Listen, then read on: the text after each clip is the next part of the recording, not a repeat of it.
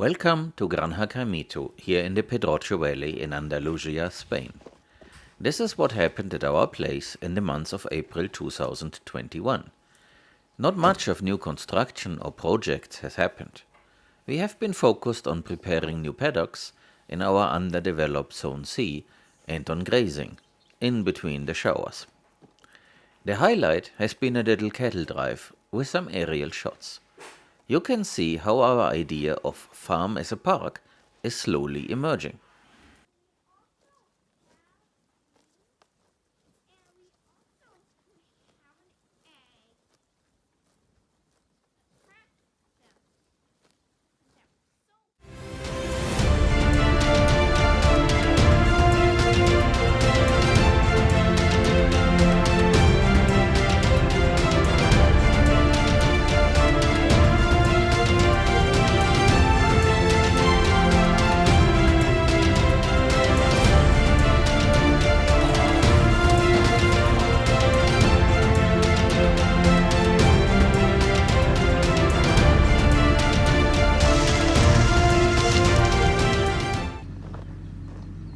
Welcome back. The cows get assigned to compost making again in order to bridge the gap between the end of the rotational grazing cycle and the next one. Now that we have this area with deep bedding, we can strictly stick to our grazing schedule and give the grasses the rest they need without cutting it short. The cows will not starve and we get compost in the end. It's a win-win for everybody. Of course, this method means we need to buy a lot more straw, but at the end it's more economic than other ways to obtain soil building material. To give you the numbers, we usually pay some 800 euros for 33 square bales of straw, which happens to be a full truckload. The same truckload with hay, in this case it's from oats, is about 1750 euro. I also learned that a typical cow-calf operation here uses that oat hay over summer to help the cows recover while they wean the calf before it gets sold to a feedlot. By the way, we keep the bales this way so that it's easier to remove the wires. They may not have grasped the bigger picture yet, which is why they walked towards the door when a human shows up. To them, a human doing something at the door means change of paddock.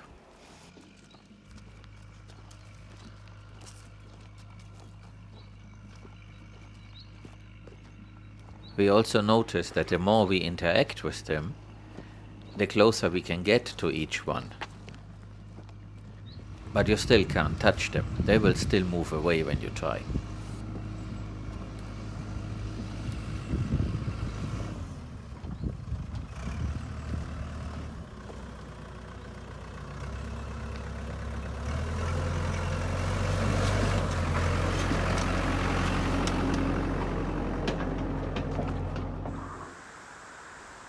While they are in there, we bring them 2 bales of straw for every day. They eat some and trample the rest. Unlike the regular deep bedding method in a stable, we can't bury treats like corn for the pigs and send them later for a treasure hunt. At least not for the moment. I hope we will find the time to put up another fence soon to keep the pigs out of that place, and then we can start to bury treats for later. After a while, they are released from compost duty and can graze fresh green grass. At the beginning of April, it's still not that much due to the low temperatures we had so far. The mob walking up and down there is a good thing. With their hooves, they loosen up the crust and water can infiltrate easier. The result is then what these two are showing us.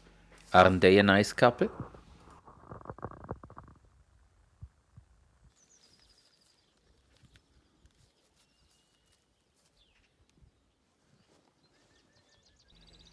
We have the bulls with the cows, and yes, the bulls are quite active.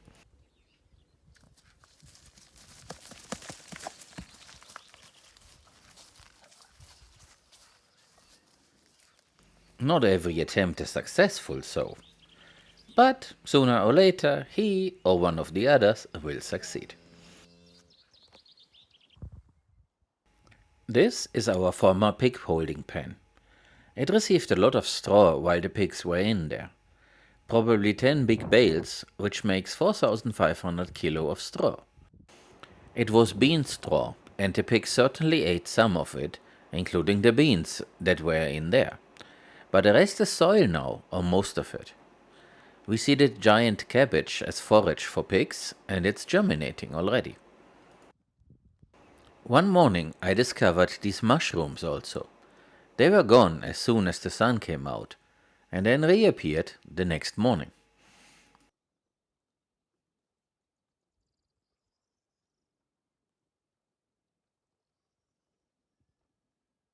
I have no idea what they are, but then it's always nice to observe and wonder, even if it's just for noticing things that may provide an explanation for something later. The horses went into the dog enclosure to eat the grass that's growing in there, and the dogs complain but are unsure about what to do. When you have a lot of animals around, you can always assign them little maintenance tasks instead of using machinery.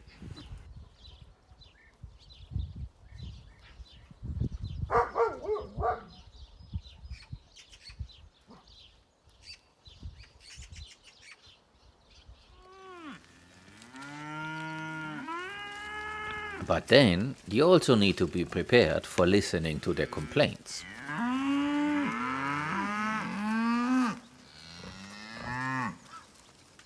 The cows aren't quite happy with their job as compost makers. Here, there were no complaints at all. First, happy munching, and then resting in silence. Some of the animals want to get close. Here, I'm holding the lead mare to take all the horses to the driveway, where they will eat away all the new grass. They like that, as they can wander around and explore. More of the cabbage has emerged.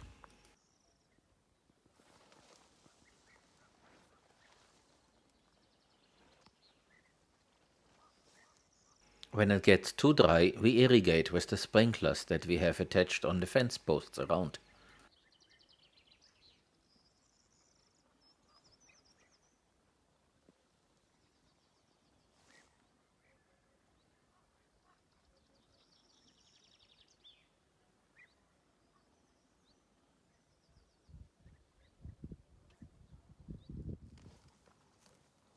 The cows are in A9, where we had planted Polovnia trees last autumn. They are still dormant, not visible above ground, and we let the bovines keep the vegetation short, so that the trees can emerge when the temperatures rise. Then we will know how many have survived.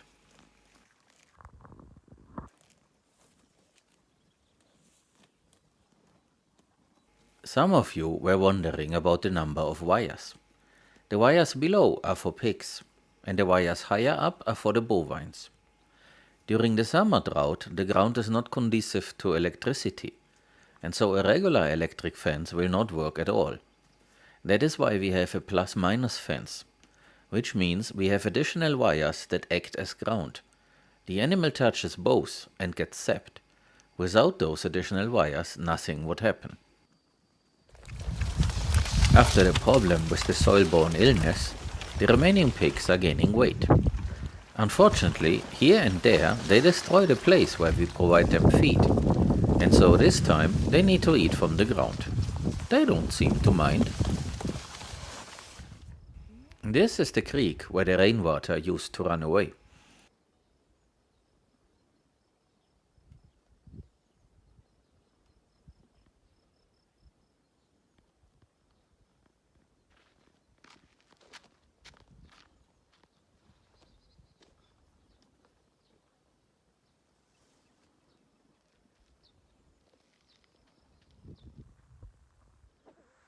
The next day, the cows were almost done in A9.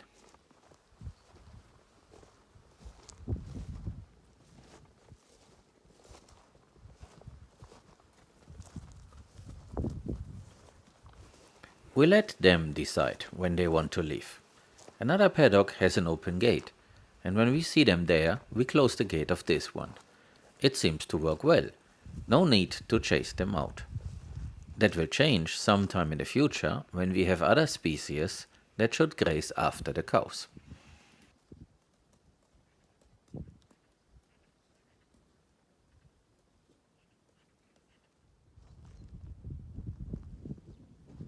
Not much has found its way onto the berm of this pond. I attribute this to a depleted seed bank. We will plant here as soon as we can get to it. The area has been used for pigs before, and for now we are waiting on the Bologna trees to run chickens in here.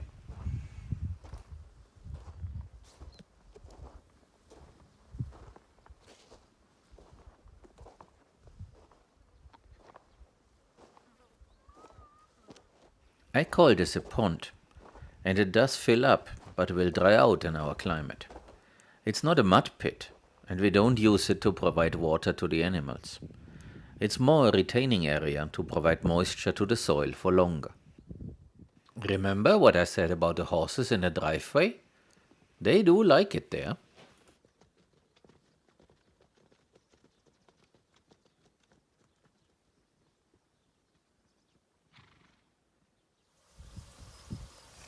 Here and there the water pressure is so high that it provides for a free shower.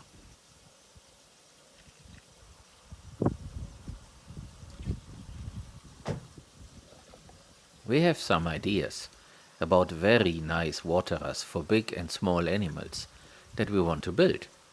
Step by step our concept, farm as a park, that's enjoyable for both animals and humans is taking shape. But one thing at a time. A major part of that concept is to let the animals go from one food plot, to use a different term, to the next. And this is how that looks like. There's another video already on the channel, which is much longer, and has the whole little cattle drive in all detail. So here's just a short version of it.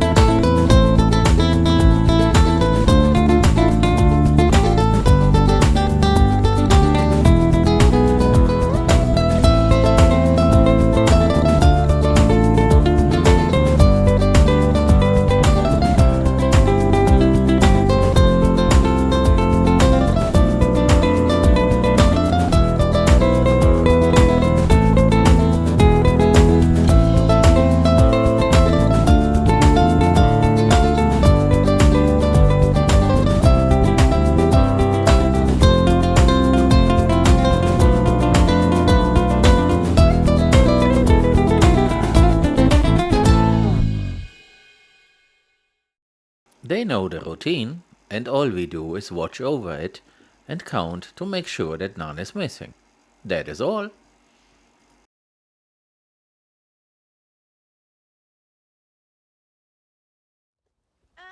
The newest swale does not hold any visible water. It fills up and dries out, but I'm pretty sure there is moisture below the surface. As some of you remarked in the last video, almost nothing has populated yet the berm. That swale was stuck in January, and now in April that is still the case. Daddy, hold my hand. My hand so I can climb up. We tried a bit of strip grazing to distribute manure. It works, but there isn't much food for the animals, and so one has to be there to watch and manage it. And as by 3 p.m. the guys are gone, it's not possible to cover a lot of ground that way. But at least we give it a try whenever there is an opportunity. What you see here is before we brought them in. So basically, we are gonna keep them there so that they poop there, and then they will fill their bellies in the next strip. There is some grass directly under the trees, but not in the uncovered areas between the trees.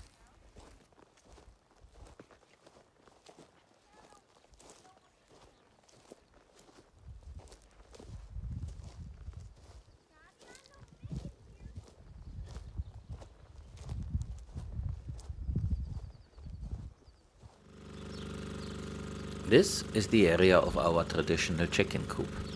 I say traditional because a lot of people keep chicken that way. You have the hen house and an area around it to roam and forage. In our case, we have the electric poultry net to keep the chickens protected from ground predators. The thing that I find interesting is which plants are growing here. I know that chicken poop is a bit aggressive, and it seems the only plant that likes it are the nettles. Unfortunately, the chickens will not eat them. So at a larger scale, that would be a problem, and I believe we are looking at an unbalanced system here.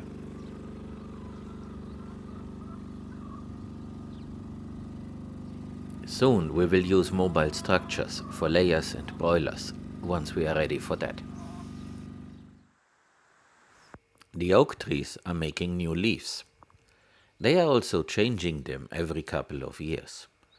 And what falls down creates compost below the tree, which is why the grass grows so much better below each tree.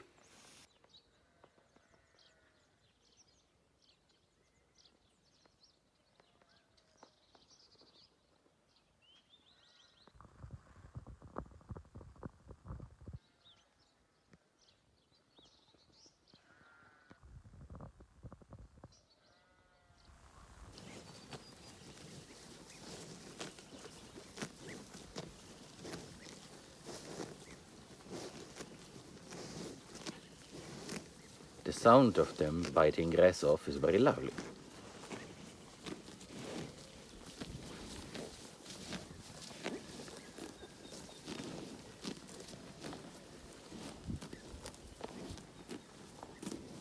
It is now late April and a lot of the grass is going to seed.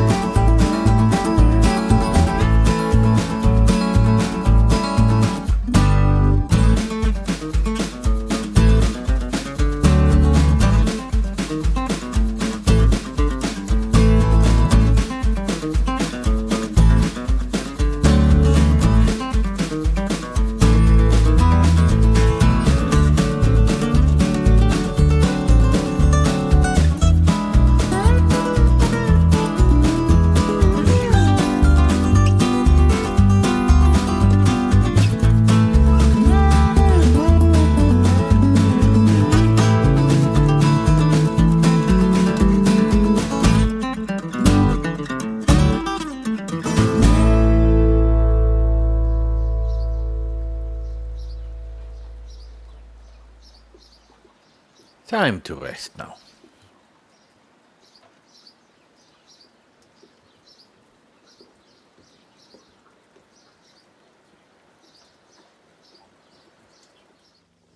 This is the paddock where we had summer grass last year.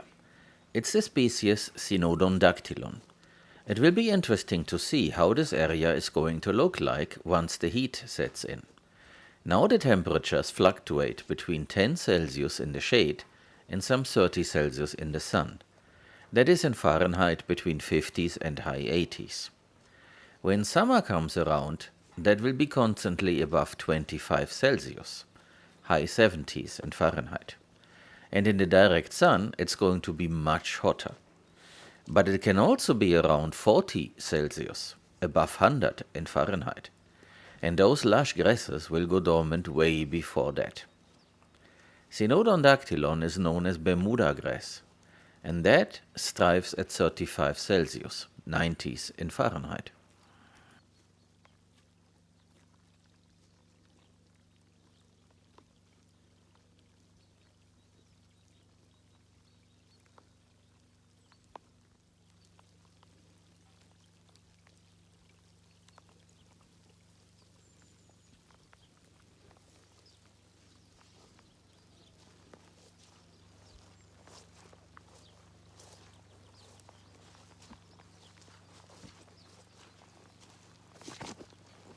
That was the update for April 2021.